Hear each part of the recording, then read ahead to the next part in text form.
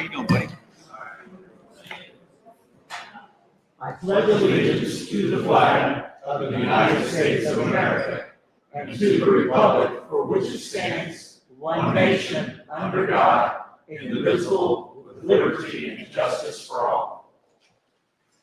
Welcome to Ozark City Hall. We're glad you're here for the Board of Aldermen meeting and engaging with your elected officials. Listening to perspectives of city residents, business owners, and other community members helps our elected leaders make more informed decisions. Before the meeting begins, let's review our rules of order. These ensure the meeting is orderly and efficient while allowing everyone who would like to speak an opportunity to do so.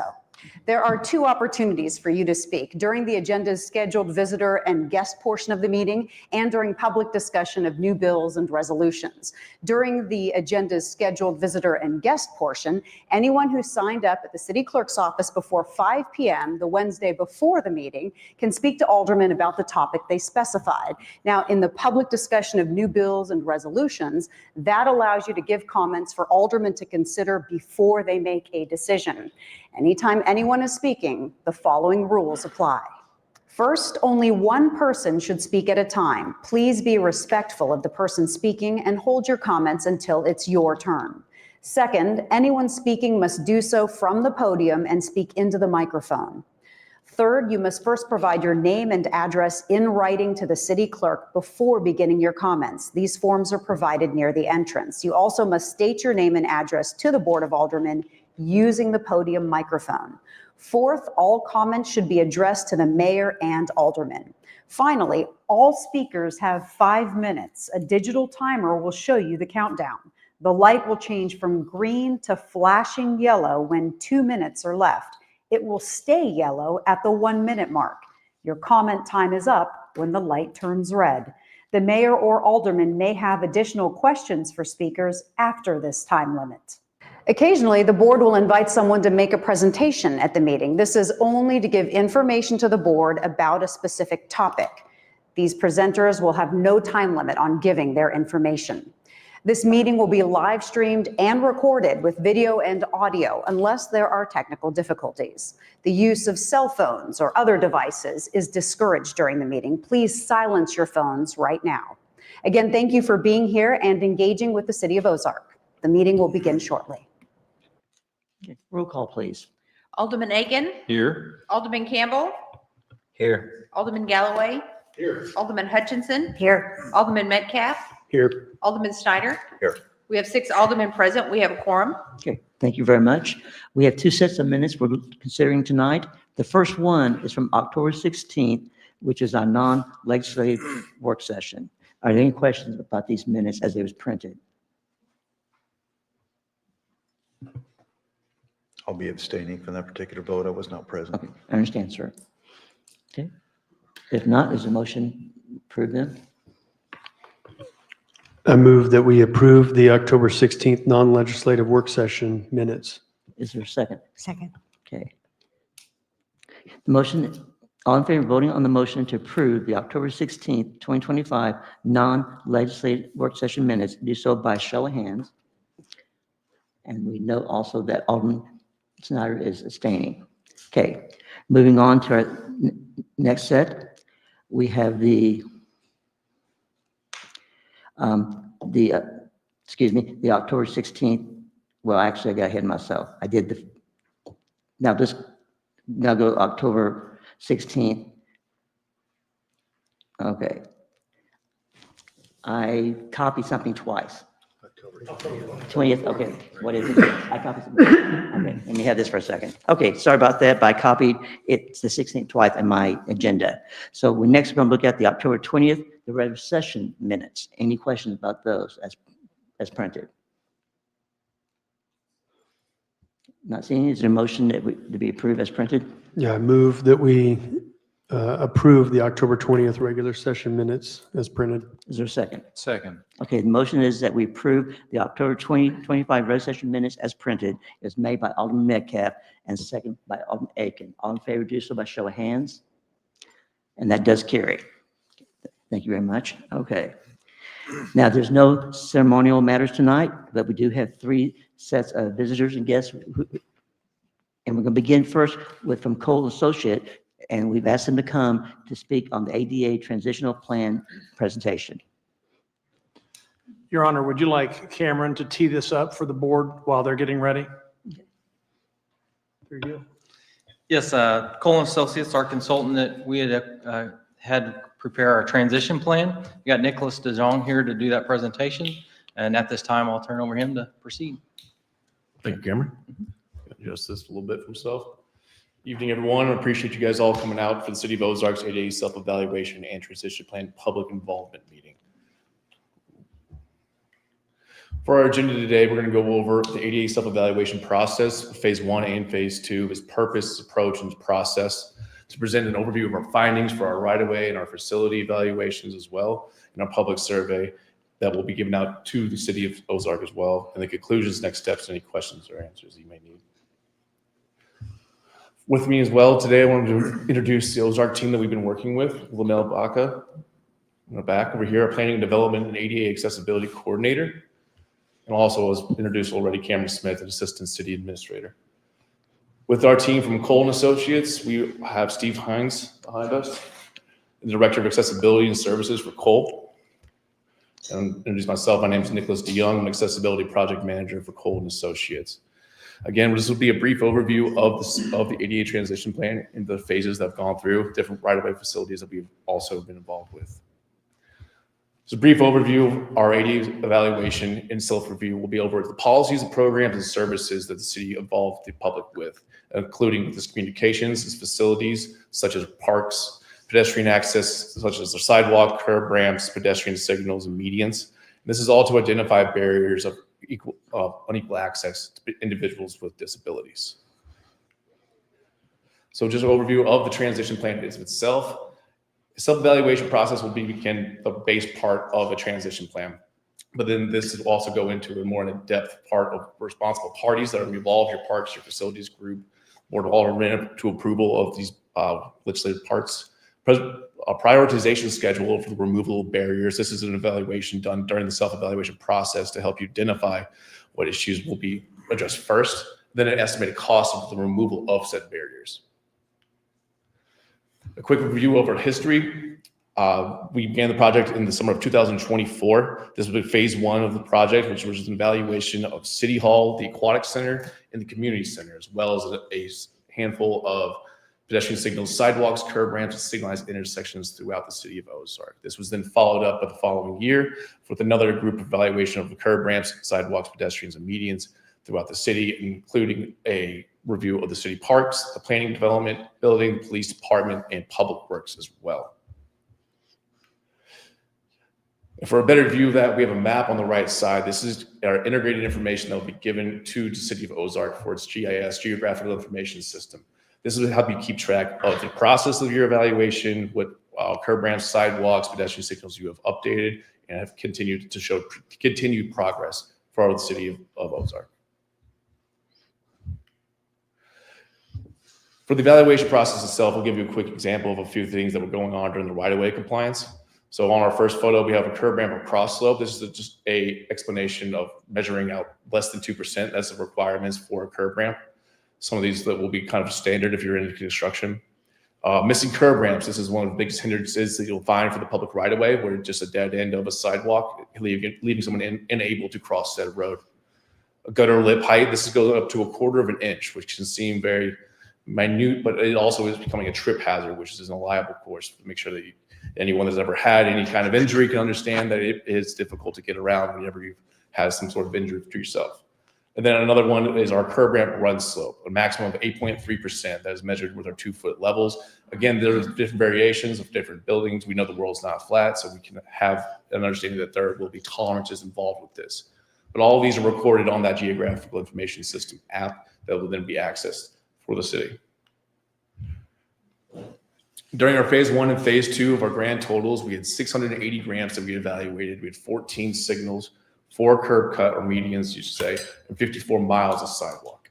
This is going on to a grand total of a little over $2.4 million worth of estimated non-compliant issues that could be addressed at a certain point.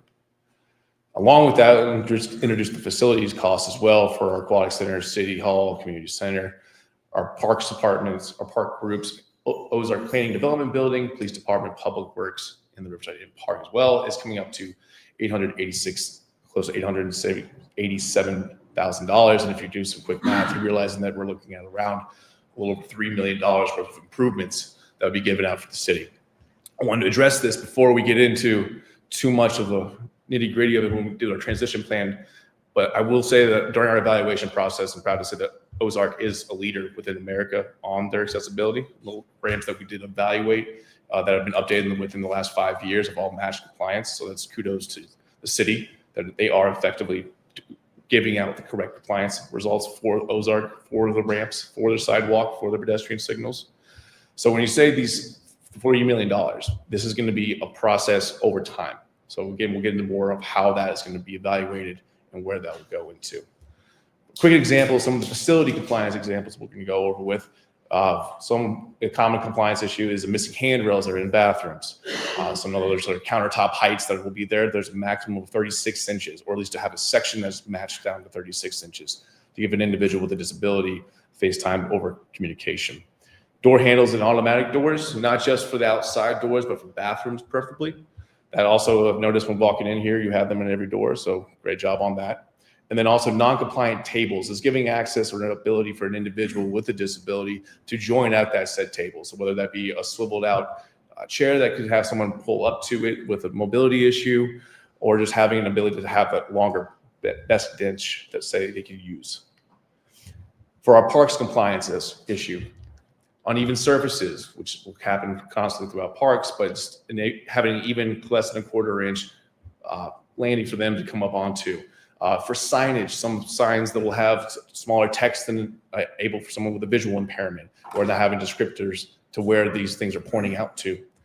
Vegetation growth, this can be a very small thing. It takes a very small amount of time to go and just clean up the bushes, but it could cause a clear width issue as well for someone that would have to use a wheelchair that could run into individuals there, or someone with a visual impairment that necessarily doesn't know if they're running into the edge of the sidewalk or off into the woods. And then again, the same thing with diversity of seating, having an opportunity for individuals with disabilities to come and sit at the table. And how we go about doing all of this will be used through our prioritization of compliance. So there's a few different parts of prioritization, excuse me. First and foremost is public comment. So there's an opportunity for the public that will know the city better than any of us, where their issues are, where they need to have an addressed issue for sidewalks, for their parks, for their parking lots. So this non-compliant issues that the public will address to you will be your first and foremost thing you come into for the grievance procedures that you'll record. You will address when you met those compliance issues with the city and with the public. Another part of this is planned projects. Again, we've talked about this being over $3 million. So we understand that there are projects throughout the city that have already been allocated for the next year's funding. This is a good opportunity for you to identify where you're going to be able to utilize that information we've gathered to also fix the sidewalks and the curb ramps alongside, say, a new paved road. If you're going to come down and redo a parking lot, it's an opportunity for you to fix the parking count for the amount of accessibility spots that you should have. And then again, also with that is the overall compliance and severity of that activity, its scoring and compliance issue with the ramps itself. How many non-compliant issues are there on the ramp? How many non-compliant issues are there with the pedestrian push buttons? If there's a higher activity score, meaning it's closer to the government buildings or the schools or the parks, it's going to be a higher priority to you to fix that than say the back area of a neighborhood that no one very much utilizes, unless again, hierarchy of order, the public asks you to come back to fix this, is going to be a higher issue for you. And then we go over again all of our facilities. I'm going to give some typical issues that you would find at each one of these facilities throughout the city of Ozark. So within our planning and development, we had noticed that there was a lack of parking or accessible entryway coming into the front door. There was a pedestrian push button, but we wanted to make sure that there was an even ramp to get up there. Even if you have your parking, but then your curb ramp is on the back side of the parking lot, it's just to give it compliance. Yes. City Hall as well. So we talked about the parking previously earlier, but we talked about bathroom stalls that needed to have some handrails that would be equivalent to what they need to match compliance. Rabbit Creek Park and Finley River Park, the majority of the parks still all have the same issue. This is signage. This is having an ability take advantage of having some textile mapping for individual with a visual impairment, so before they go out into the park, where some objects are, to have some relative understanding of where they're going into. Parking issues as well as uneven surfaces. Again, we follow that up, same issues that we find typical throughout the parks. For our police department as well, this is a parking that we were just talking about, where they have us directly into the front access, but then there's also counter height issues with individuals that would be coming in. There's uneven steps that get back into the back quarters where you would be taking somebody. This all could be relied on just having a ramp and go back there to mitigate any of those height issues. And then for the public works as well, same issue. You can see some broken sidewalks in the front that could cause us a trip hazard. And we can also notice that a lot of the city has these mats that are in the front doors. They're not tacked down, so they become trip hazards as well when you enter through the door as well. For the community center, great example of parking being readily available right at the front door, easy access, front door entrance to having a level plane. But again, this is a bathroom issues as well, where you get that opportunity to put in automatic doors to the bathrooms. And also to give a little bit of understanding that if you have these textile maps in parks, it's also helpful to have them to say where your pedestrian access to accessible bathrooms are from the front or from the entrance or from anywhere else inside the Ozark community, to give identification of where someone that might need access or help could go. And then aquatic center as well. This is where we talk about our park benches. We have a few, we'll utilize this. Our park benches over on the side, having a couple of different varieties there for individuals that can come and also join the table. So part of the process as well with the prioritization is also to identify the teams within the city that will be utilized to accomplish these goals. So our parks department will be working with the parks to help get access to all of those. Our facilities group will be working with the Aquatic Center, City Hall, Police Department, and updating those facilities as well. And then the Streets Department, as we mentioned previously, would have access to the sidewalk, the curb ramps, pedestrian signals, and medians.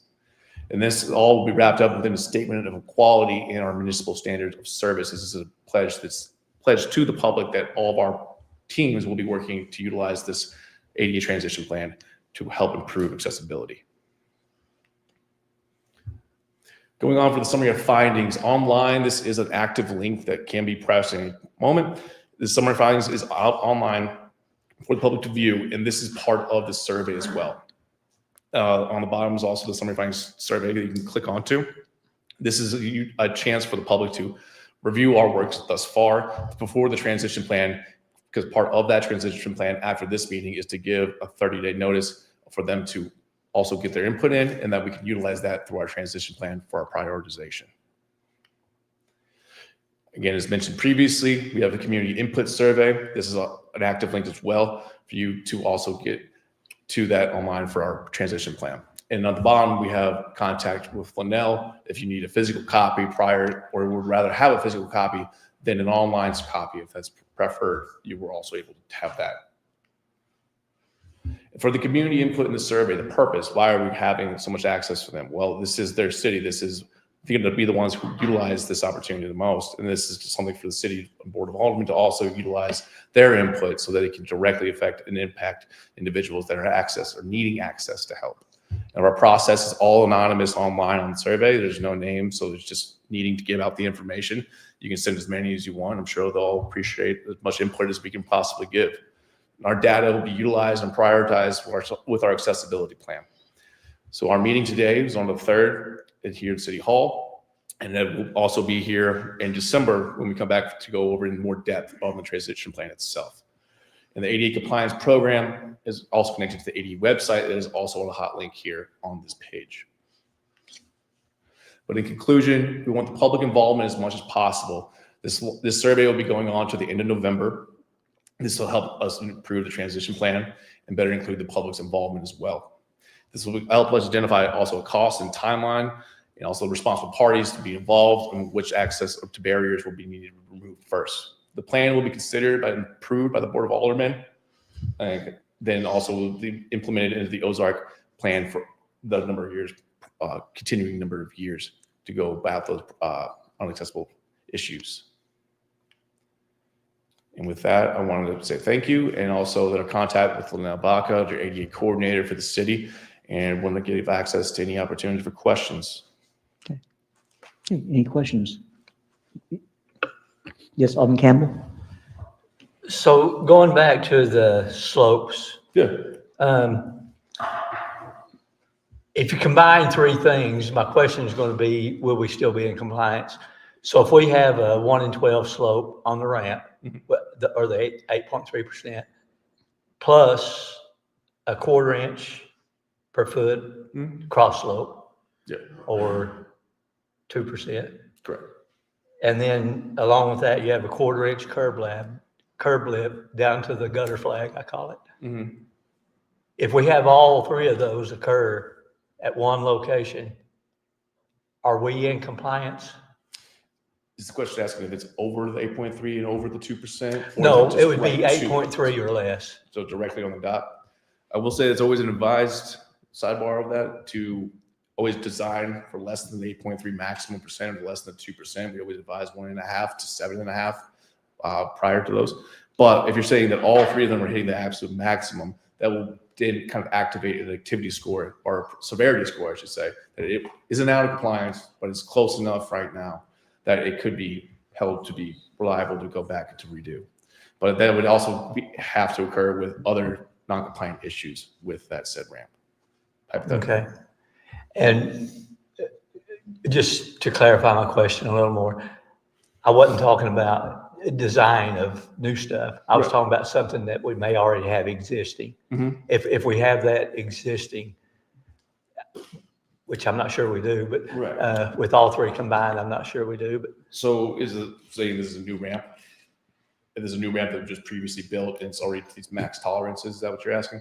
That would be considered a less of a severity than say a ramp that hasn't been touched yet, that has a higher activity score. These were built new. They are up to a maximum, but that does not mean that you need to immediately tear it out and redo it all again. That's not the higher issue. The higher issue will be the ramps in front of the schools, in front of the aquatic centers, to the community centers, the parks that are being directly impacted, or for anyone to put a grievance procedure or a grievance report in to ask for help. And if it's not that ramp, that's not necessarily going to be your very first ramp you take out. right. Yes. Okay, anyone else? Okay. Appreciate what you're doing, and yes, since September 18th, I firsthand experienced now our city buildings, except for the outdoor pool, and I know exactly what you're talking about. Yep. And I'm glad we're doing this. So thank you for being here tonight. Appreciate your time. Thanks. Okay.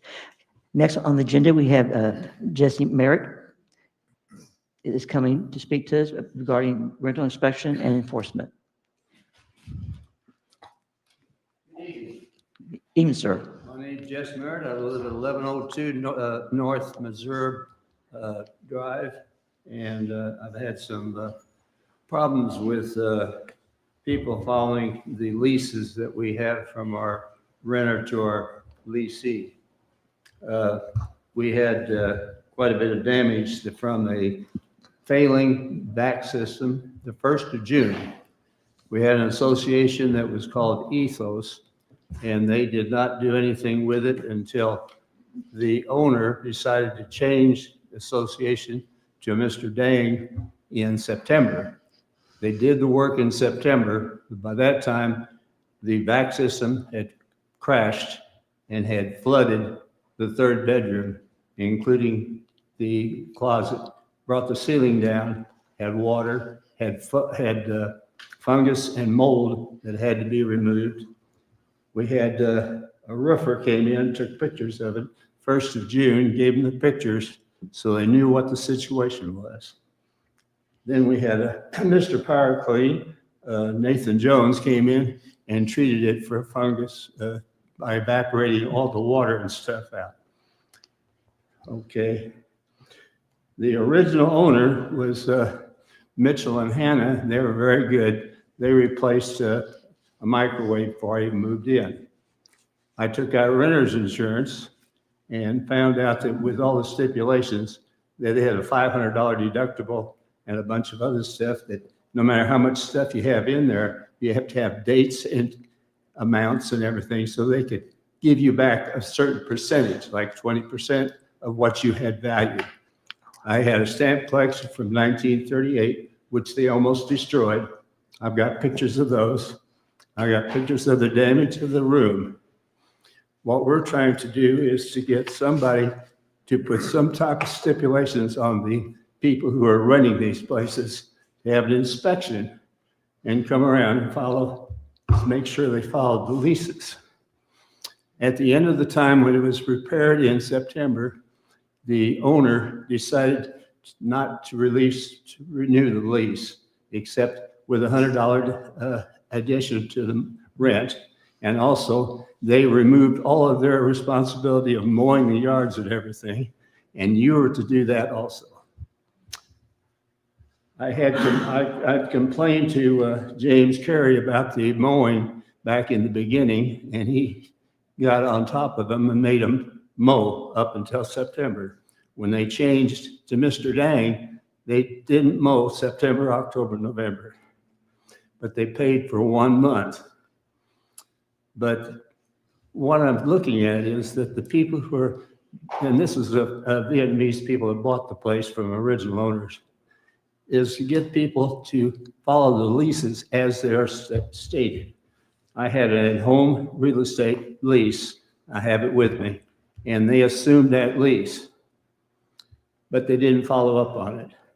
So we need some type of inspection to make sure these people, if they have complaints, to look and see if they're following their leases. And if you could do something on that line, you have it on the mowing, I think that's wonderful. They do something right away when he complained.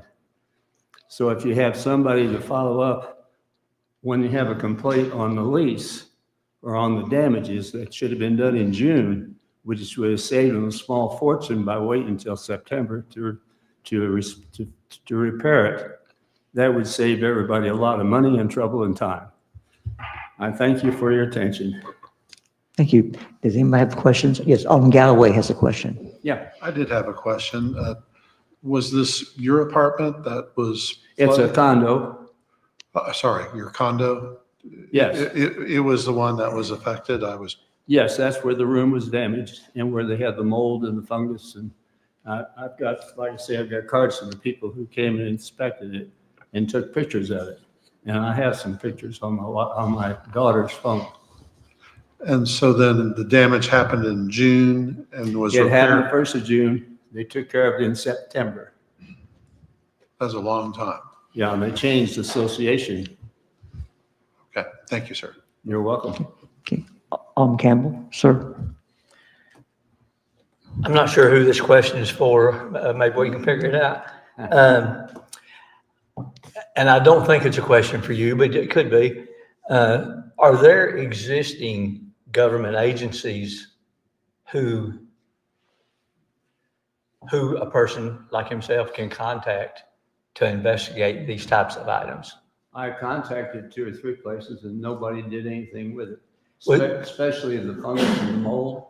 The health department stuff doesn't do anything with that. Okay. Well, I guess I was thinking more like a state agency or I just don't know. The one I came down here from, Columbia, we have a system up there that takes care of all this. I understood that theirs is being copied by Nixon. And just a few weeks ago, Springfield had incorporated one of theirs. The only problem was in Springfield, they only have a $35 fee. So there's nothing, it's not enough money to make them do anything. Okay. You have to have your own inspector and you have to have the fee high enough to pay the inspector's salary so that he'd go around and check these places when there's a complaint. Okay. Thank you. Uh-huh. Okay, Anybody else? thank you for being here tonight. Thank you very much. Okay. Next, we have Buddy Huggins is on the floor. Hey, everybody. My name's Buddy Huggins. I'm 1201 West Farmer Street. I had this thing printed out and the dadgum letters are just too small. As a person with legally blind, learning disabilities, I can't see it. I don't even want to try to quote you all these numbers for transparency that we already done talked about. But there's sunshine laws that say that you're supposed to make your documents available to people like me that's dyslexic and legally blind. Not only am I dyslexic, dyscalculus, and dysgraphia, and I was born developmentally delayed. I didn't talk till I was about 6. I had to rewire my brain. All right, I started working at 16 years old with the Army Corps of Engineers. 17, that was my second summer job. And I ain't looked back since then. I've always made good money. But I want to tell you a story. Can you imagine I can read blueprints better than any kind of architect that put them together? It just sticks in my mind, and I'm just really good at it. I'm good at finding mistakes. And I found a lot of mistakes around here that's on the construction side. You know, Riverside Bridge is sinking. Burger King is a mess. I was there the day it was poured for the slab, and it froze 5 days, maybe 4 days, but you got to look at the history and you got to see how that's documented. But now, telling you all that, can you imagine? I'm assistant to the superintendent of a project that's $1 billion project. And I just knew on the job. I just came in from Houston, Texas, and I had to get me a boy that could come into the office because these drawings were very secure, high security. And so I had to try to find a boy that had high security that could come and read them. And I thought everything was on the up and up. And when they found out that I could read drawings, but I couldn't read the notes in the drawings, they fired me. Well, that ended up in a long lawsuit. But make a long story short, I advocated for myself in 1997 in the state of Mississippi. I was one of the first people to get a Kurzweil 486 computer that could read off the internet and scan text and read it to me. I utilized that to go back to college to get a degree in drafting and design. It was an associate's degree. I'm telling you all this to get you to understand I'm not a troublemaker. I'm a person that asks for help over and over, and I've been turned down time after time here, and everybody turns their nose up at me thinking that you know me, but you don't know me. I'm a YouTuber. I make YouTube videos. I have a blog post, buddyhuggins.com. My life is there on that website and on YouTube. Why do people not take people with disabilities serious? Because what y'all are doing is blocking me on every avenue I ask for documents. I want you to consider if it was you on the other hand. This is a perfect night to talk about ADA, because that young fellow right there, that big, tall guy, shoot, I'd have made a wrestler out of him. I'd had him wrestle with Jerry Lawler. He's big. He's got that look.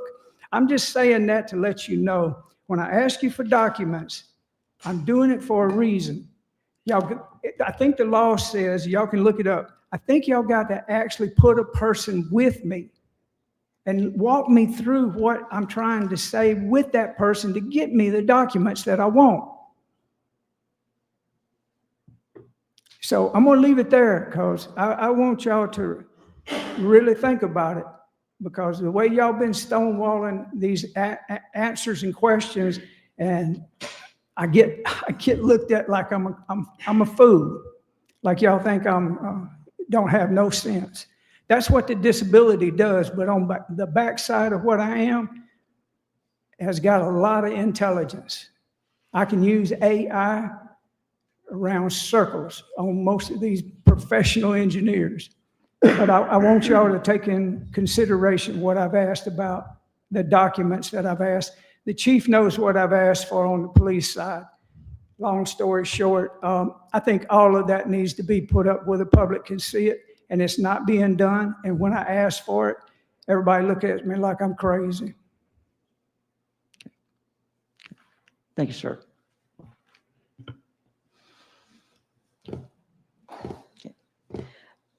Moving on to agenda, we have a consent agenda and bill number 3700. I want to ask the city clerk, has anyone signed up to speak regarding bill 377 on the consent agenda? No, Mayor. Okay.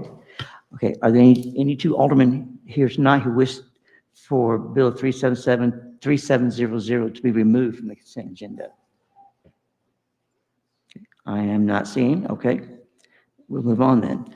Next, I need a motion and a second to set the consent agenda. Your Honor, I move that we set the consent agenda. Okay, is there a second? A second. Okay. Okay, all in favor to set the consent agenda, do so with a raised hand. And no one's opposed, so that passes. Now we need a motion and second to read the consent agenda, Bill number 3700, by title twice. Your Honor, I move that we read Bill number 3700 by title twice. Do we have a second? Second. Okay, all in favor to read Bill number 3700 on the consent agenda by title twice, we do so with a raised hand. This motion was made by Alderman Galloway and second by Alderman Aiken. Do it, raise hand. And that does carry. No one was opposed. That passes. An ordinance of the City of Ozark, Missouri, approving an addendum to the lease agreement between the city and Christian County Agricultural and Mechanical Society. Again, an ordinance of the City of Ozark, Missouri, approving an addendum to the lease agreement between the city and Christian County Agricultural and Mechanical Society. Okay, thank you. Now I need a motion and second to approve the Bill 3700 on the consent agenda to become ordinance 25-070. Your Honor, I move that we enact Bill number 3700 as ordinance number 25-070. Do we have a second? Second. Okay. Okay, roll call, please. Alderman Aiken. Aye. Alderman Campbell. Aye. Alderman Metcalf. Aye. Alderman Snyder. Aye. Alderman Hutchinson. Aye. Alderman Galloway. Aye. We have 6 aye votes. Motion carries. Thank you. Now we have several second readings we're going to be dealing with tonight. We're going to begin with Bill number 3694. Yes, Your Honor. I move that we place Bill number 3694 on its second reading by title and brief description only. Do we have a second? Okay.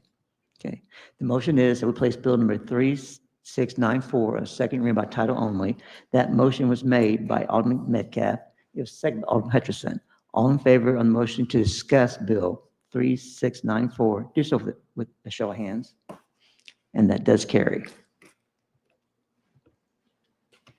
An ordinance of the City of Ozark, Missouri, amending the zoning code and official map by changing the zoning classification of approximately 13 acres abutted by East Hartley Road to the north and south of East Elementary School. Okay. At this time, staff comments from our Director Randall Whitman. Good evening. Since hosting the public hearing in October, staff hasn't received any additional community feedback. I would, again, share that staff and both the Planning and Zoning Commission support this zoning amendment. With that, I'll answer any questions you have. Any questions for the Director? Yes, Alderman Snyder. Mr. Whitman, what, if any, plans do we have for any type of improvements to Hartley Road to include sidewalks and streetlights in that particular area?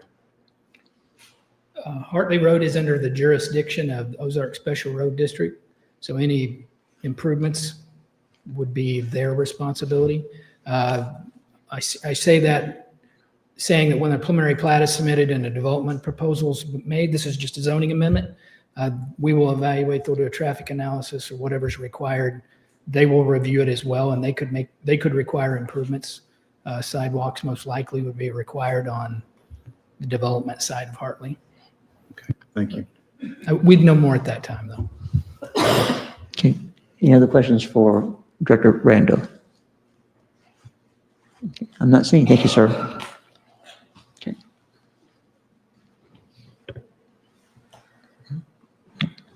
Oh, yes. Yes, Your Honor. I wanted to make a brief remark on Okay. this because Sorry. of my personal connection to the property as a neighboring landowner. I think there could potentially be perception of conflict of interest. I Personally, as a landowner, my bias is against this application. Really, it would be against any application that increases the density of use on this property.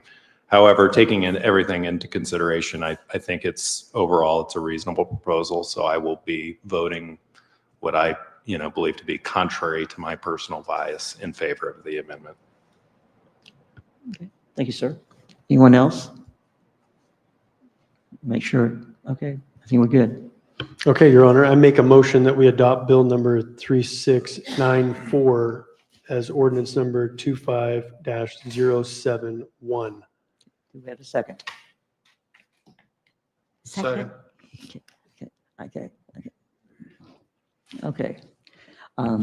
The motion is that we adopt Bill 3694 to become ordinance 25-071. That motion was made by Alderman Metcalf, second by Alderman Hutchinson. Roll call, please. Alderman Hutchinson. Aye. Alderman Galloway. Aye. Alderman Aiken. Aye. Alderman Campbell. Aye. Alderman Metcalf. Aye. Alderman Snyder. Nay. We have 5 aye votes, 1 nay. Motion carries. Okay. Now we'll draw attention to bill number 3695. Yes, Your Honor. I move that we place bill number 3695 on its second reading by title and brief description only. Do we have a second? Second. The motion is that we place bill number 3695 on its second reading by title only. That motion was made by Alderman Metcalf. It was seconded by Alderman Campbell. All in favor of voting on the motion to discuss bill 3695, do so by show of hands. And that does carry. An ordinance amending the corporate boundaries of the city of Ozark, Missouri by annexing an approximately 229-acre parcel of real property bordered by North Farmer Branch Road and Blue Stem Road. Okay, and we'll welcome back.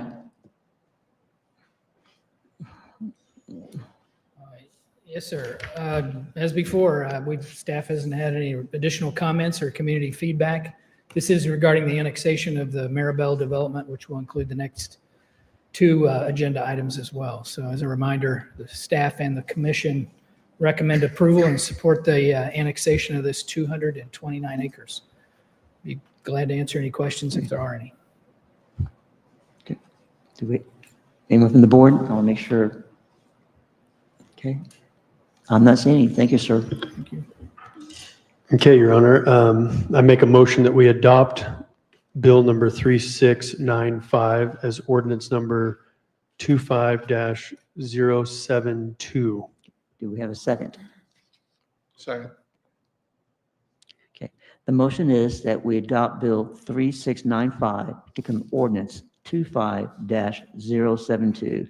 That motion was made by Alderman Metcalf. It was seconded by Alderman Galloway. Roll call, please. Alderman Campbell. Aye. Alderman Galloway. Aye. Alderman Snyder. Aye. Alderman Metcalf. Aye. Alderman Hutchinson. Aye. Alderman Aiken. Aye. We have 6 aye votes. Motion carries. Okay. Thank you. Now we're going to draw attention to bill number 3696. Yes, Your Honor. I move that we place bill number 3696 on its second reading by title and brief description only. Okay. Do we have a second? Second. And the motion is replace bill number 3696. It's on second reading by title only. That motion was made by Alderman Metcalf, second by Alderman Galloway. All in favor of voting on the motion to discuss bill 3696, do so by show of hands. And that does carry. An ordinance of the city of Ozark, Missouri, amending the zoning code and official map by changing the zoning classification of certain real property generally bordered by North Farmer Branch Road on the west and Blue Stem Road on the east, containing approximately 229 acres to a planned unit development. Okay, thank you. And we'll welcome back Director Randall Whitman again. Yes, sir. This is the second part of the Maribel development, which represents the zoning of the property, the 229 acres. And it would be zoning it to a planned unit development. No additional feedback from the community. Again, Planning and Zoning Commission and city staff support the zoning amendment and the plan development. Any questions I can be glad to answer. Okay. Any questions for Director Randall? I do agree with what Alderman Hutchinson said at the last meeting, in that I really like the detail, the clarity, how it's laid out, who's responsible for what aspect and all. That will help, as you said, this can be a 5-7 year project, and that will just help us as the development's taking place, knowing, well, basically, a piece and Q's have been covered. So I do appreciate the detail of it. Okay. Thank you, sir. Your Honor, I make a motion that we adopt Bill number 3696 as ordinance number 25-073. Second. Okay. The motion is that we adopt Bill 3696 to become ordinance 25-073. That motion was made by Alderman Metcalf, second by Alderman Galloway. Roll call, please. Alderman Snyder? Aye. Alderman Campbell? Aye. Alderman Hutchinson? Alderman Aiken? Aye. Alderman Galloway? Aye. Alderman Metcalf? Aye. We have 6 aye votes, motion carries. Okay, thank you. Now we'll draw attention to Bill number 3697. Your Honor, I move that we place Bill number 3697 on its second reading by title and brief description only. Do we have a second? Second. Okay. The motion is that we place Bill number 3697 on its second reading by title only, and that motion was made by Alderman Metcalf. It was seconded by Alderman Aiken. All in favor of voting on the motion to discuss Bill 3697, do so by show of hands. And that does carry. An ordinance of the City of Ozark, Missouri, approving the preliminary plat for the Marabella subdivision and authorizing the Director of Planning and Development to accept the dedication of the public streets and easements to the city as shown on the preliminary plat, upon the applicant filing and recording a final plat that substantially conforms to the preliminary plat, and authorizing the city clerk to sign the final plat upon compliance with the terms of this ordinance. Okay, thank you. Welcome back. One more time, Director Randall. Thank you. I hate to say this, but I have the same statement to make I previously made. We've not received any additional feedback on the zoning, the annexation, or the platting of this 229 acres. As before, city staff and the Planning and Zoning Commission support the approval of the preliminary plat. If there's any questions. Yes, Alderman Campbell. I will say that Alderman Metcalf and myself received email from a Ward 3 resident. I felt like we gave her good answers. They were basically copied out of what the staff had given us. And I didn't hear anything back from her. Okay. That's all. Okay, yes, sir. Anyone else? Any questions or comments? I think there was another email that was sent as well today that that I haven't responded back to, but I talked to the staff and got good answers, and I think they'll be happy with the answers about putting back the land how it was found if there was an issue. So I have not read my emails yet today, so I can't respond to that. I understand.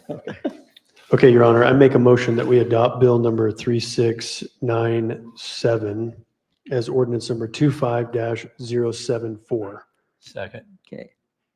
Okay, the motion is that we adopt Bill 3697 to become ordinance 25-074. That motion was made by Alderman Metcalf. It was seconded by Alderman Campbell. Roll call, please. Alderman Galloway? Aye. Alderman Metcalf? Aye. Alderman Aiken? Aye. Alderman Campbell? Aye. Alderman Hutchinson? Aye. Alderman Snyder? Aye. We have 6 aye votes, motion carries. Okay. Now we're going to draw attention to Bill number 3698. Your Honor, I move that we place Bill number 3698 on its second reading by title only. Okay. Do we have a second? Second. Okay. The motion is we place Bill number 3698 on its second reading by title only. That motion was made by Alderman Galloway. It was seconded by Alderman Hutchinson. All in favor of voting on the motion to discuss Bill 3698, do so by show of hands. And that does carry. An ordinance of the City of Ozark, Missouri, adopting the 2026 fee study establishing certain city fees. Okay, thank you. And now we'll have City Administrator Eric Johnson to address us. Yes, sir, Your Honor. This bill before you tonight will establish the 2026 fees for the city. There are no changes being proposed since the last meeting, so the information you have is consistent with what you received last meeting. This is consistent with the municipal code that was adopted in 2018. These fees are consistent with the practice of cost recovery. The fees increases range from 5 to 7%, and if adopted tonight, they will go into effect January 1, 2026. I'll stand for any questions that you may have. Okay. Any questions from the board? Okay, I am not seeing any, sir. Okay. Your Honor, I move that we enact Bill number 3698 as ordinance number 25-075. Do we have a second? I'll second that motion. Okay. Okay, the motion is that we enact Bill 3698 to become ordinance 25-075. That motion was made by Alderman Galloway, second by Alderman Aiken. Roll call, please. Alderman Metcalf, Aye. Alderman Snyder, Nay. Alderman Galloway, Aye. Alderman Hutchinson. Aye. Alderman Campbell, Aye. Alderman Aiken. Aye. We have 5 aye votes, 1 nay, motion carries. Okay, now we're going to draw attention to Bill number 3699. Your Honor, I move that we place Bill number 3699 on a second reading by title only. Do we have a second? Second. Okay.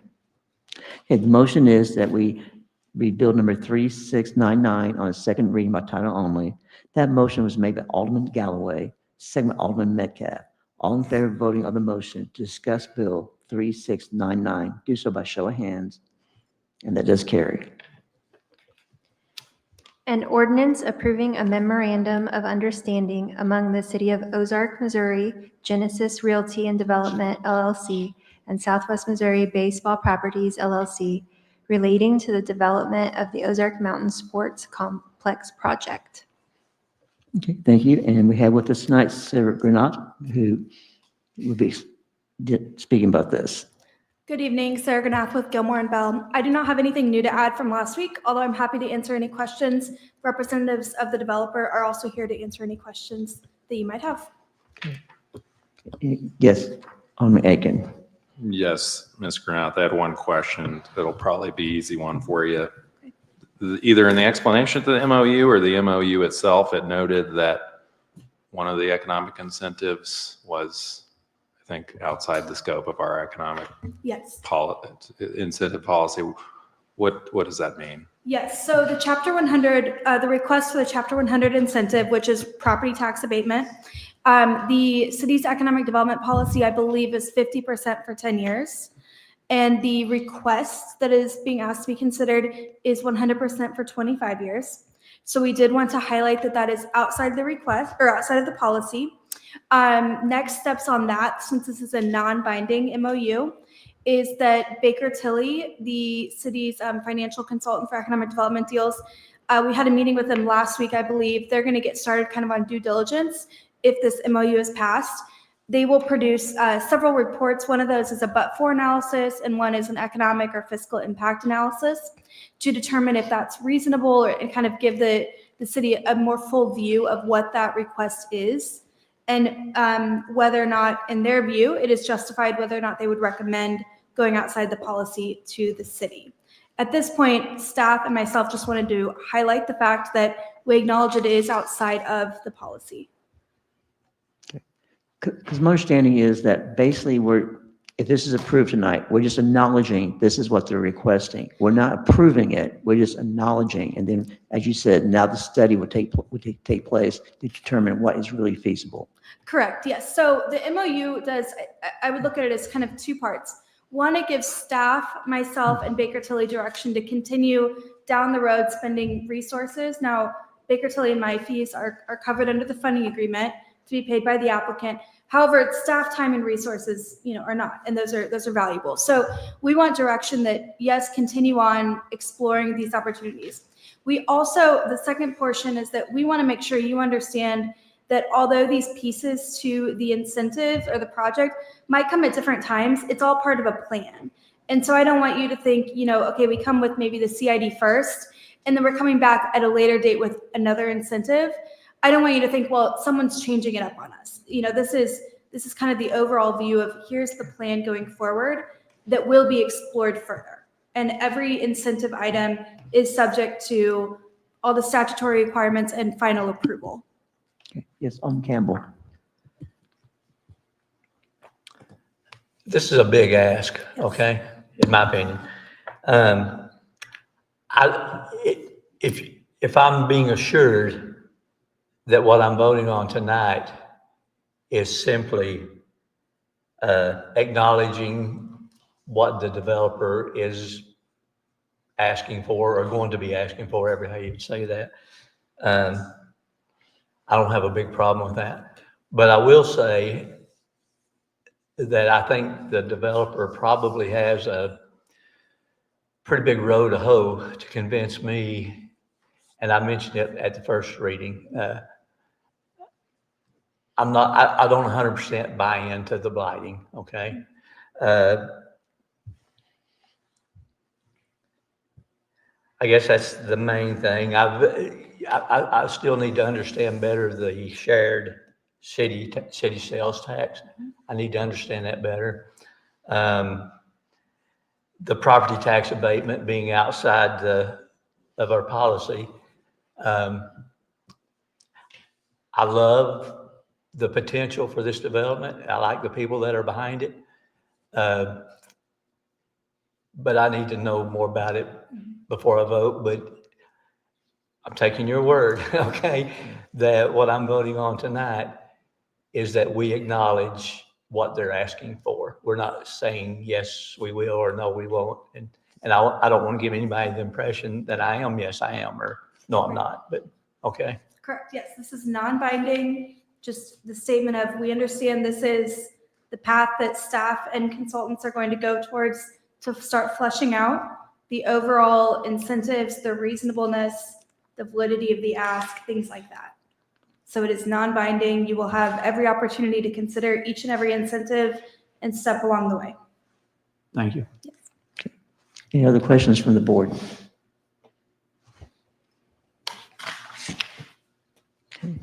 Okay. Thank you. I don't see anyone, so.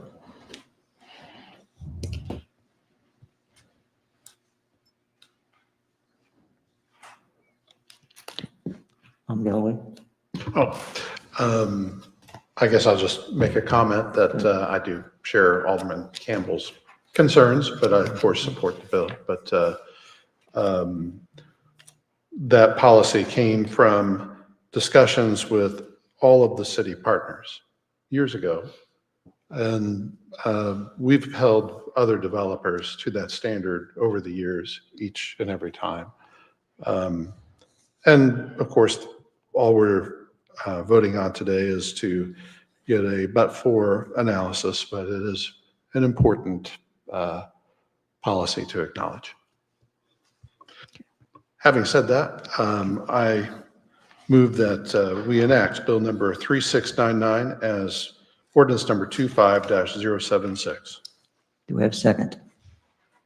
Second. Okay. Okay. We are bill number 3699. We are enacting to become ordinance 25-076. That motion was made by Alderman Galloway. It was seconded by Alderman Snyder. Roll call, please. Alderman Campbell. Aye. Alderman Aiken. Aye. Alderman Snyder. Aye. Alderman Metcalf. Aye. Alderman Hutchinson. Aye. Alderman Galloway. Aye. We have 6 aye votes. Motion carries. Okay, thank you. Now we are turning to first readings of bills, which means there will be a time for public input if that so desire. We first are going to look at the formal public hearing of bill number 3701. Your Honor, I move that we place bill number 3701 on its first reading by title and brief description only. Second by, Second. Okay, the motion is that we place Bill 3701 on its first reading by title only. That motion was made by Alderman Metcalf. It was seconded by Alderman Hutchinson. All in favor of voting on the motion to discuss Bill 3701, do so by show of hands. And that does pass. An ordinance amending the corporate boundaries of the city of Ozark, Missouri by annexing an approximately 0.72 acre parcel of real property generally consisting of the western half of South 17th Street from East South Street to the northern extent of the Ozark Marketplace subdivision. Okay, now the public hearing for Bill number 3701 is now open. This time, we'll have comments from our Community Director, Randall Whitman. Thank you. As Chandra has explained, this is simply an annexation of some public right-of-way. This represents the fee simple property. It doesn't represent any exchange of property in terms of jurisdictional authority. That remains with Ozark Special Road District. But with any annexation, we look at the same factors that guide routine annexations of personal property, real property. So is the property currently in the city? Is it compact and contiguous to the existing city limits? In this case, it is. It's contiguous on the west side as well as the south side. The property is in good standing with the state of Missouri, and it's located in the first tier 1 of the city's urban service area. Just a snapshot of the zoning on the east, west side, south side. It's all zone general commercial. C2, the Ozark Marketplace is zone general commercial as well. So again, the property is recognized as right-of-way, and it's a right-of-way under the ownership of Christian County. So it would be annexed into the city. It is, again, it's the jurisdiction of the Special Road District. It doesn't change. So the city of Ozark will not maintain this road, will not do any improvements to it. That portion of it will not change. But this will enable the adjacent developer, the developers of Ozark Marketplace, to secure some reimbursement for improvements, turn lane improvements, utility relocations, and other road improvements. So there's another agenda item that will go into the amendment of the developers agreement. In short, staff supports this annexation. The Planning and Zoning Commission had a hearing, no questions, comments. They also voted to support the hearing on October 27th. Be glad to answer any questions, staff, to support this. Yeah. Yes, Alderman Snyder. Why? Why? The annexation of the property, or let me say, we can't include this property in the amendment to the developer agreement. It can't be reimbursed for improvements to the community improvement district if it's not in the city's jurisdiction or the city's ownership. It's not in the city of Ozark. That's essential to make those amendments to those agreements. Okay, Alderman Campbell. Correct me if I'm wrong. As I look at this, I feel like there was a little bit of oversight on somebody's part, not the city's, okay? And when I think it through, I feel like if that oversight had not occurred, that this would have been included, this process, I'll call it, would have been included in the original, I'm gonna call it an ask again, in the original ask for the CID or whatever it may have taken place. With that being said, I don't feel like it's an unreasonable ask, okay? I voted no on the original because of the blighting issue, and for the life of me, I can't understand why we would blight a cow pasture. But I know there's people that study that type of thing, and I'd like to get a little bit of updating on why we're adding this to the, is it CID or 353 or both? It's the developer agreement as well as the and the developer agreements as well. I'd like to get I'd like to have that repeated to me on why it met the qualifications of being blighted in the first place. I wouldn't answer that part of it. I will let the developer and their representatives do that portion. I will say the improvements that are required to facilitate what's required by the road district in terms of the lane improvements, relocating the utilities to facilitate widening that portion of 17th. All of that work is necessary to facilitate the development. That was part of the requirements. And some of that came in kind of late, but that's why they want to add it to the entire project to basically get reimbursement for the cost of those improvements. Can I respond to that, follow up on that? Yes. And I understand that part of it, I really do. But what I'm asking is, why, I need convinced that it's proper, and I'm not saying legal. I know I'm pretty much convinced that it's illegal, that it is legal, I'm sorry. But in my mind, I'm not convinced that it's proper to blight a cow pasture for the sake of development.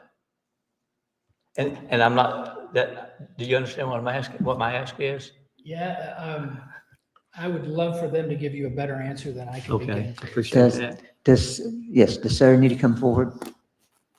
Thank you. I didn't speak up too fast. Okay. So I will attempt to answer this. I'm not sure that I'm going to give you a totally satisfactory answer.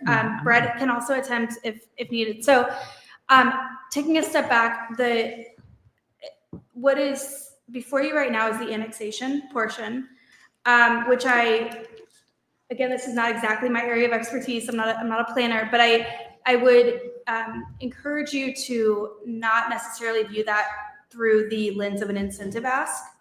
The lens of what? Of an incentive ask, because the standard or the method of reviewing an annexation is different, I think, than the incentive, right? The annexation, I think, should be looked at through, is it proper? Does it meet the statutory requirements of being contiguous and all of that? I will, however, answer I can't exactly speak to the timing of, why this wasn't included in the beginning, but a CID, which will be coming forward at the next meeting, the CID petition amendment, that's not here tonight because something has to be annexed into the city before the city can include it in a CID. So that's kind of the genesis of why we're here for the annexation. That has to go before the CID. So that might be kind of why it feels like the cart's before the horse right now. But the development requires a right turn lane. And so that is, the right turn lane is what's going to be in this annexed area. The right turn lane, to add it, will require moving, I think it's about $500,000 of utility infrastructure has to be moved. That was not a known quantity, I will say, at the time that we started to put together the CID and the development and all of this. The dollar amount, the impact was not quite known. And so because of that large dollar amount, the developer is requesting to include that within the CID to allow it to be reimbursed, again, just out of the proceeds generated by that CID sales tax. That is coming forward at the next meeting with the CID portion. Tonight, we're focused on the annexation and then the development agreement, which I'll go into my whole spiel there, but it does contemplate this right turn lane improvement as well. Does that help you at all? So, and then the final thing I will say on the blight is that I'll reiterate that it is legal, again, up to you if it's proper or not, but it is legal because this is such a small portion that the blight must be an overriding factor. It does not have to be on every portion. So I can't speak to whether this exact piece of property is blighted if you just considered it, but the view for a CID, which again is at the next meeting, would be the overarching body of the CID and not just a specific piece. I think you did a real good job. Would you like Brett to come up though? Probably not, Okay. but I hope he's here 2 weeks from now. when we're actually Yeah. getting into the, Yeah. like you said, maybe I got the cart before the horse a little bit. No, I think the whole process may seem like that just by the nature of having to have annexed prior to considering the petition Okay, of the CID. thank you. Yes. Okay, any other questions? Yes, I just want to say, well done, Sarah. Yeah.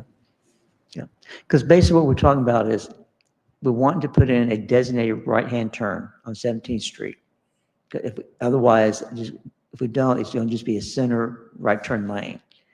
And I just don't, down the road, that's not going to be good for the citizens of Ozark, because 22nd Street, case in point, what do we have right now? A center right turn lane, and it's backed up all the time. So I understand what we're trying to do. It's just getting there so we all understand and make sure we all are in agreement with that. Any other questions from? Okay, to make sure. Okay, at this time, is anyone here who would speak for Bill number 3701 from the public?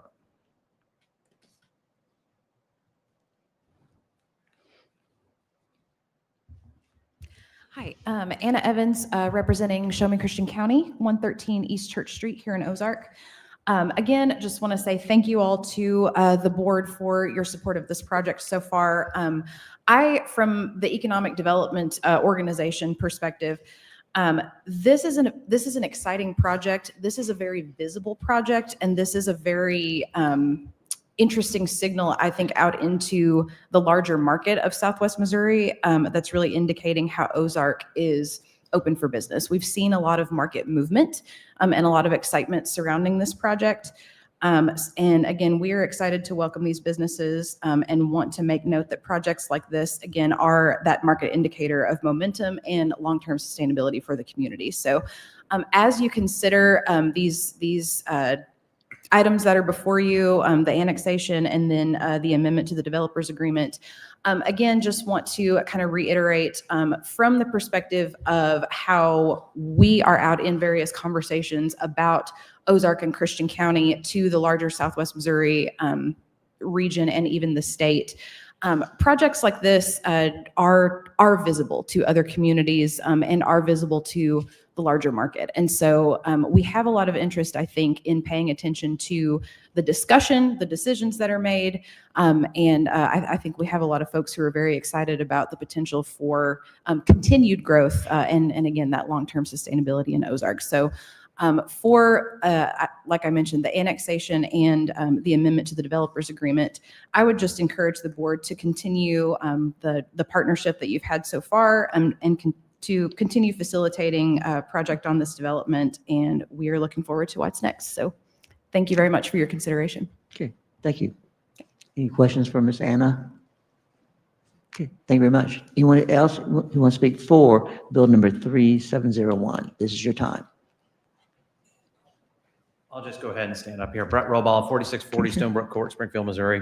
I think it probably makes more sense to give you all an update and maybe talk about more of this project during the discussion of the next bill, but I am here to answer any questions in case anybody has any on this particular bill. Okay. Okay, I'm not saying anything. Thank you, though, for the offer. Okay, last time, anyone else here would speak for Bill number 3701? Okay, anyone here who would speak against Bill 3701? This is your time to come to the platform. Okay, not seeing any. Therefore, the public hearing for Bill 3701 is now closed. Any final comments from the board? Okay, not seeing any. Bill number 3701 will be held over for a future meeting.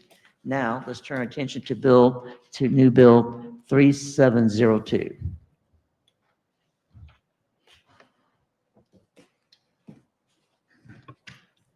Your Honor, I move that we place 3702 on its first reading. Okay, is there a second? Second. Okay, the motion is we place Bill number 3702 on its first reading by title only. That motion was made by Alderman Galloway. It was seconded by Alderman Aiken. All in favor on the motion to discuss Bill 3702, do so by show of hands. And that does carry. An ordinance approving an amendment to the development agreement between the City of Ozark, Missouri and Missouri Commercial Development LLC relating to the development of the Ozark Marketplace project. Okay, and then we have outside counsel again, Sarah Granat, come to speak. Good evening again. So I will hopefully kind of reset the stage here. Hopefully I don't repeat myself too much from what we kind of just discussed. But if you'll remember the development agreement for Ozark Marketplace for this development, this allowed the final plat to be issued and for issuance of building permits prior to the completion of public improvements that would normally in the typical process have been required prior to that occurring. So the development agreement also includes protection and security in the way of a irrevocable letter of credit to the city for allowing those private and public improvements to occur simultaneously. So the amendment tonight, I'm going to just highlight exactly what it amends, and then again, we can continue any other discussions that we might have on the development agreement or the overall project or kind of this whole process here tonight. So the amendment to the development agreement adds the right turn lane as a public improvement. It adds it as a definition that's covered in the development agreement. And as I mentioned, that right turn lane requires utility relocation. That's about $500,000. And it requires a longer timeline, a longer lead time to get that right turn lane constructed that will extend beyond this calendar year, as kind of we had originally anticipated the improvements would be completed in. The developer, in consultation with staff, requests this amendment to allow the development and the opening of Aldi, hopefully, I'll let Brett speak to that, to continue prior to the completion of that right turn lane. The right turn lane we have defined as 17th Street improvements in the development agreement. And so we've actually carved out that portion of the public improvements and treated it a little bit differently than the remaining public improvements that were originally contemplated in the agreement. So the changes, those 17th Street improvements have a deadline of completion of December 31, 2026. That does not impact the deadline for completion of the other public improvements that you previously considered and we set the timeline for.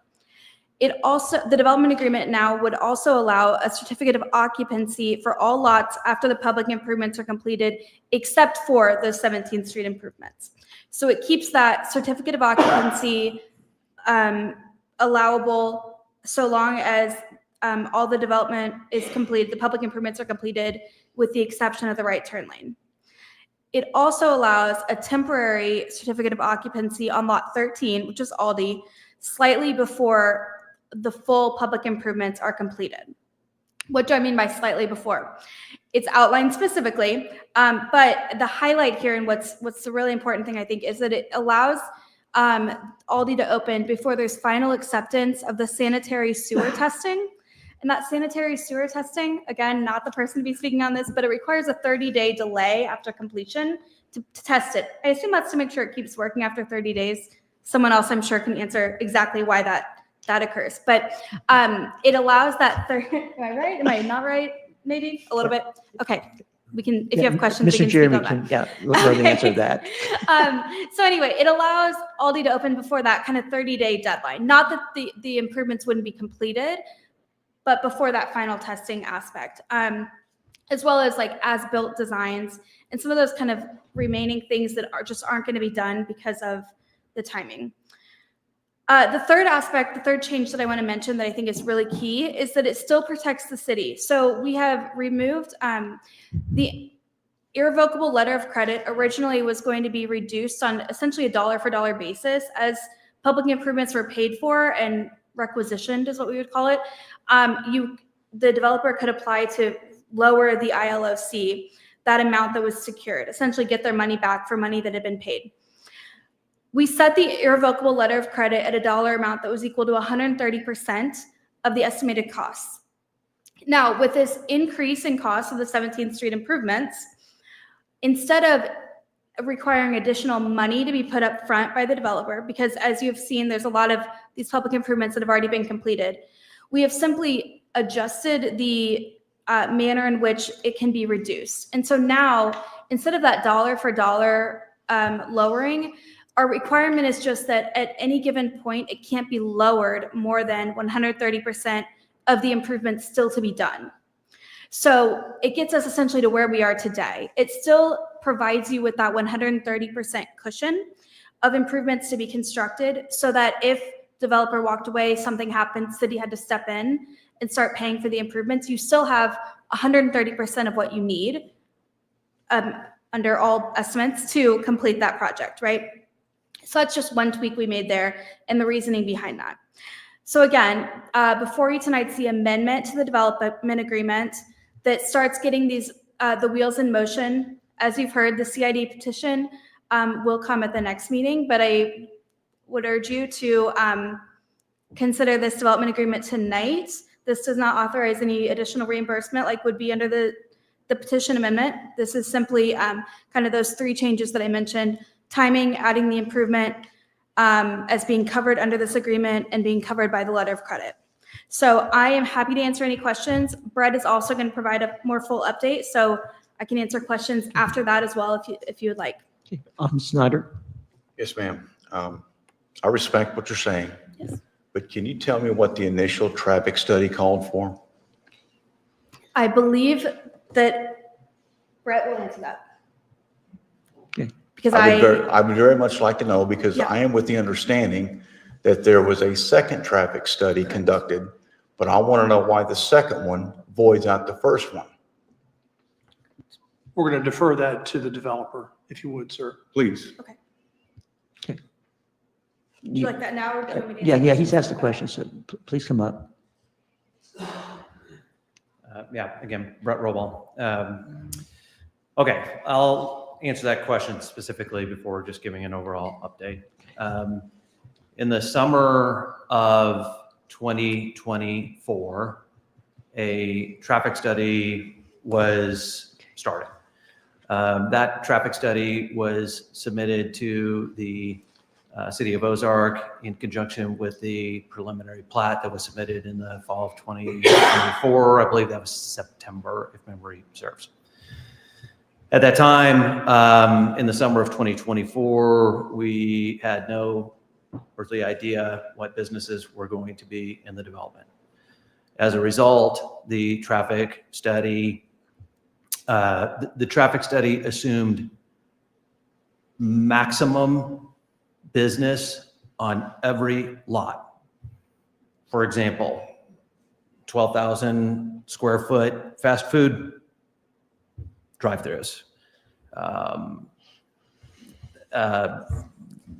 going to make 50,000 square foot office buildings. I mean, it took what was possible under retail zoning and maximized it.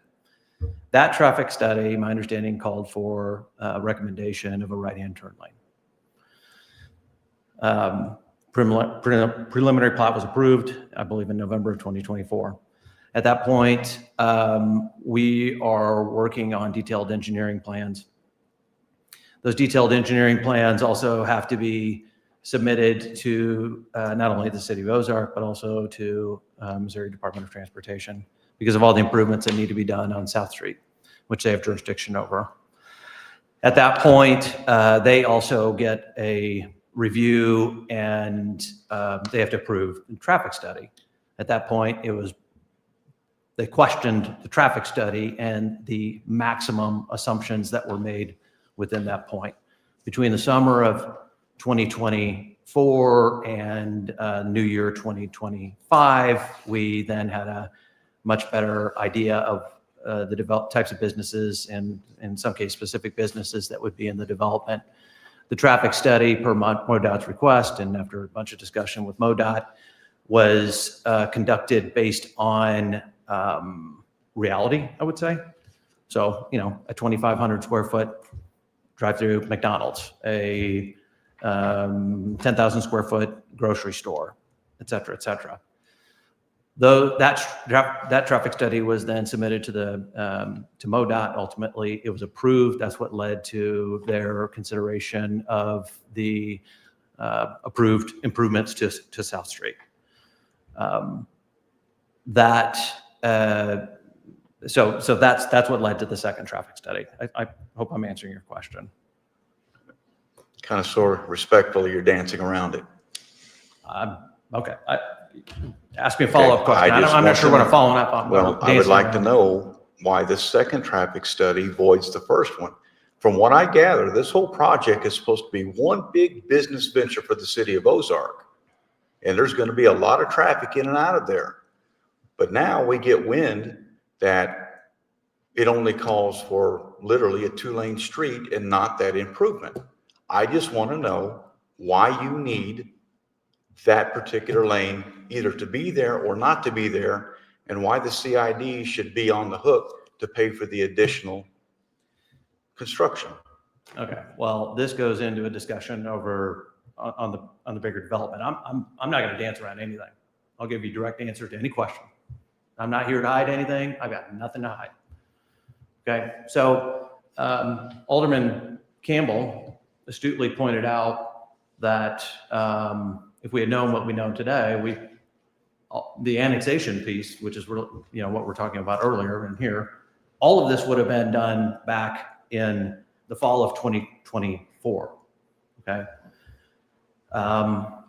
we thought we were just going to throw in a simple turn lane and all's good to go. Bring a bulldozer in there, bring some asphalt in, done. Okay. We learned, so then we go to, let me just do it chronologically. So then in the spring of 2025, we were here in front of you asking for a few things, a CID, a Chapter 353 property tax abatement, and then also a development agreement. If you all remember, the purpose of the development agreement was to allow the final plat to be recorded early, such that building permits could be pulled, such that the ultimate end goal was to get all these open in 2025. Okay, they're now planning to open on December 10th or 11th of 2025. That's the entire purpose of this development agreement amendment. Okay, so in isolation, this amendment, the development agreement, will allow all these to open in 2025. If this development agreement is not amended as such, all these will not open. So I just want to make sure when we're talking about specific bills that I'm going to all tie together here in a second, that is the purpose of this development agreement amendment. Since that time, I think we've performed. We've done everything I believe that we've said that we're going to do. All you got to do is drive out there and see that our contractors have done amazing work. And in the last 6 to 7 months, it's almost done. 30 days from now, everything will be complete with the exception of the 17th Street improvements. Okay? So what happened? Long story short, we're humans. We made a mistake. When we were doing construction, we were so focused on 19th Street, 20th Street, South Street, that when we got to the point of construction about 45 days ago, we discovered a conflict in the plans. There's MoDOT plans for South Street, and there's OSRD, City of Ozark plans for everything else. Okay, what we discovered was that simple little right-hand turn lane that I talked about was in massive conflict with a bunch of other stuff, including utilities and a traffic signal. It does not work. It is now impossible for us to put in that right-hand turn lane in 2025. The reason is because we have no guidance. We've gone to all the stakeholders, OSRD, City of Ozark, MoDOT, and come up with a plan that we believe works. But ultimately, that has to be engineered. The asphalt plants are getting ready to close. I mean, there is no way we can get that done by December 10th or 11th when all these plans on opening. So that's the purpose of the development agreement. Okay, so then going to the plan. We talked with the city, MoDOT, and OSRD about the new traffic study. What do we do? Okay, ultimately that traffic study changed the recommendation, but we agreed amongst all the stakeholders that we would put in that right-hand turn lane. So what we're doing, the plan that we talked about with everybody, all staff and all the stakeholders is, okay, how do we do that? Because it's not an insignificant public improvement that we're putting in. And so this is the plan. And you're right. Had we known what we know today, we would have done all of this back in the day and put it all together in one package. But we're left with, this is the reality of the situation. We have a plan that we can't put a right-hand turn lane in the middle of a traffic signal. So here we are. So what we're asking you all to do is, number one, annex our fee simple property to the middle of 17th Street. Why? The answer is because that will allow you to consider an amendment to the CID that would simply extend the borders of that annexed area. Okay, why? That would allow us as the developers to have the opportunity to get that public improvement, a clear public improvement, 17th Street improvement, to be reimbursed over time through the performance of the development. We're not asking, again, this is retreading old ground from back in the spring, but we're not asking the CID to be on the hook. We're not asking the city of Ozark to be on the hook. We're not asking the citizens of the city of Ozark to be on the hook. We're on the hook. The developers put up the money. The developers borrow the money. The developers are at risk. Nobody else is at risk. And so this is part of that comprehensive plan. We are not asking for an expansion. We won't be asking for an expansion of the Chapter 353, which was the real estate tax abatement. That's all done. We're not touching it. We will be asking for a slight extension of this annexed part of 17th Street, which will allow us, again, the opportunity to have the 17th Street improvements, which are now much more significant than we anticipated a year ago, for us to have the opportunity, if the development performs, to have those reimbursed. So let me stop there. And that's an overall situation description. But I want to answer any specific questions that you or anybody else has. No, I appreciate it. Thank you very much. Thank you. Okay. Alderman Aiken was next. I turned my light on back when Sarah was still up, and maybe it's Oh, brighter. Either one, I don't know. It sounded like there was maybe a request in there for us to expedite this bill, but not the annexation bill. Is that correct? We can't annex. I did not make that request, but there is a request. Okay. I do, as a developer, have a request to expedite this particular bill. And the reason is, as I said earlier, we're trying to keep Aldi on track to open on December 10th. We are trying to keep them on track. If you open a grocery store on December 10th, that means you got to get some work done before then. You got to get a lot of employees in there trained. You got to get stocked up, et cetera. And so this amendment to the development agreement will allow that time frame to continue. And it gives us the extra time to engineer, design, and then build the 17th Street improvements as improved, by MoDOT, or I'm sorry, City of Ozark and OSRD after this. Thank you. My understanding, because of state code, we have to do the annexation in 2 readings. That's Correct. why that cannot be expedited. Yes, so the annexation must be done in 2 readings. We're not asking to expedite the annexation. As a result, we'll be here at the next meeting to discuss the remaining puzzle piece that I just explained earlier, which will be the second reading on the annexation, and then our request to amend the CID to add this annex part into the CID. Okay. Alderman Campbell, you're next, sir. Okay. The more I listen to what you say, as I sat here, I recalled something that Alderman Galloway said. I don't remember if it was the last meeting or 2 meetings ago, whenever he was presented with a situation of voting the way that his feeling was to start with. And we won't get into what it was all about, but or voting the way that the board as a board had agreed to. So I'm sitting here thinking about that. Bottom line is, I'm going to get off of the blighting issue, and because the board as a whole did vote to accept the terms with the blighting include, with everything disclosed, or if Do you know what I'm trying to say? Yes, in the spring of 2025, the board as a whole voted to approve the Chapter 353, which blighting was necessary. That's right. Finding for that, yes. And for whether the I CID voted, as well. regardless of how I personally voted, okay? I understand. So as I thought about that, I thought, well, it just came to my mind, you know? So I would probably be voting in favor of this, and I'm going to get off my blighting soapbox, whatever you want to call it. Okay. Okay. Any other questions? Okay, thank you, sir.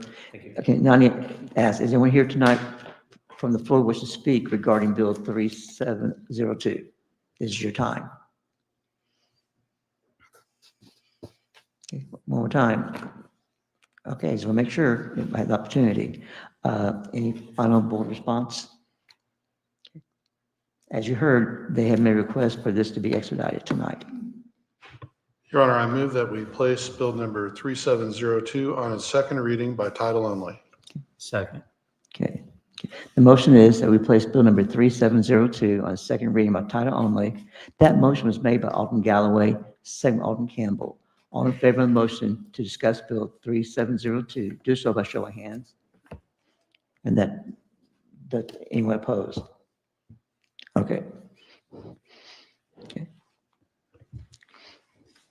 An ordinance approving an amendment to the development agreement between the City of Ozark, Missouri and Missouri Commercial Development LLC relating to the development of the Ozark Marketplace project. Okay. Welcome back, our outside counsel. Good evening. I have nothing else to add unless there are any questions. Any questions for her while she's here? Okay, I'm not seeing any. Okay. Any final comments from the board? Yes, sir. Your Honor, I just want to state I am in favor of this. I opposed expediting. I guess I'm a little bit of a slave to the procedure, and I do think that the first and second reading do offer the public an opportunity to weigh in on these bills. So absent a pretty extraordinary request, I do, as the board may have noticed, typically vote against those requests. Okay, thank you, sir. Okay. Anyone else? Okay, not seeing any? Your Honor, I move that we enact Bill number 3702 as ordinance number 25-078. Second. Okay. The motion is that we enact Bill 3702 to become ordinance 25-077.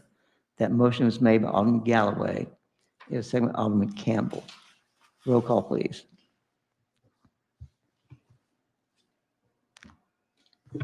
Alderman Snyder, Nay. Alderman Galloway, Aye. Alderman Aiken, Aye. Alderman Campbell, Aye. Alderman Hutchinson, Aye.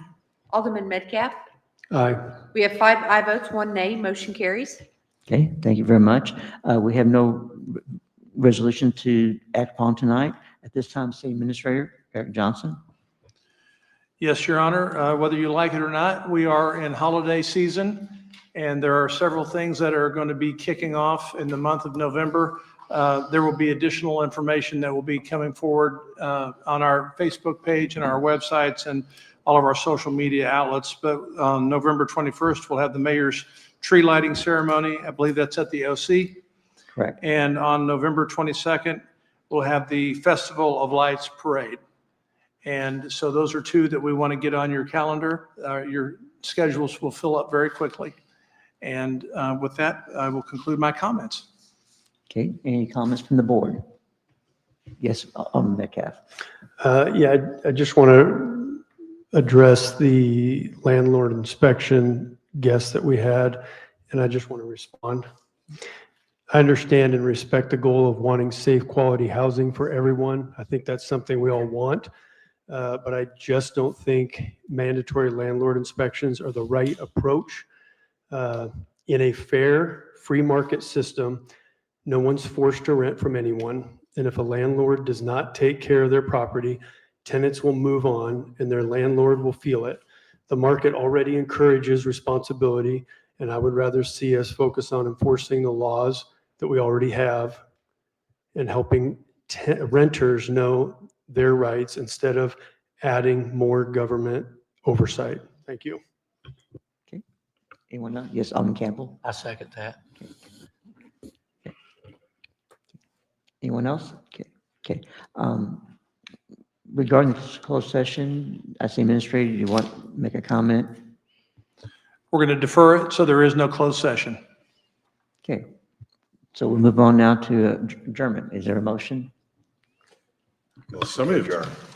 Okay. Motion for adjournment was made by Alderman Galloway, second by Alderman Snyder. All in favor of voting on the motion for adjournment, do so by show of hands. And that does carry. We stand adjourned.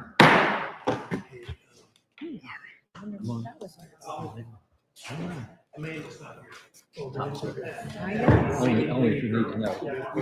Only if we need you. Because I don't know.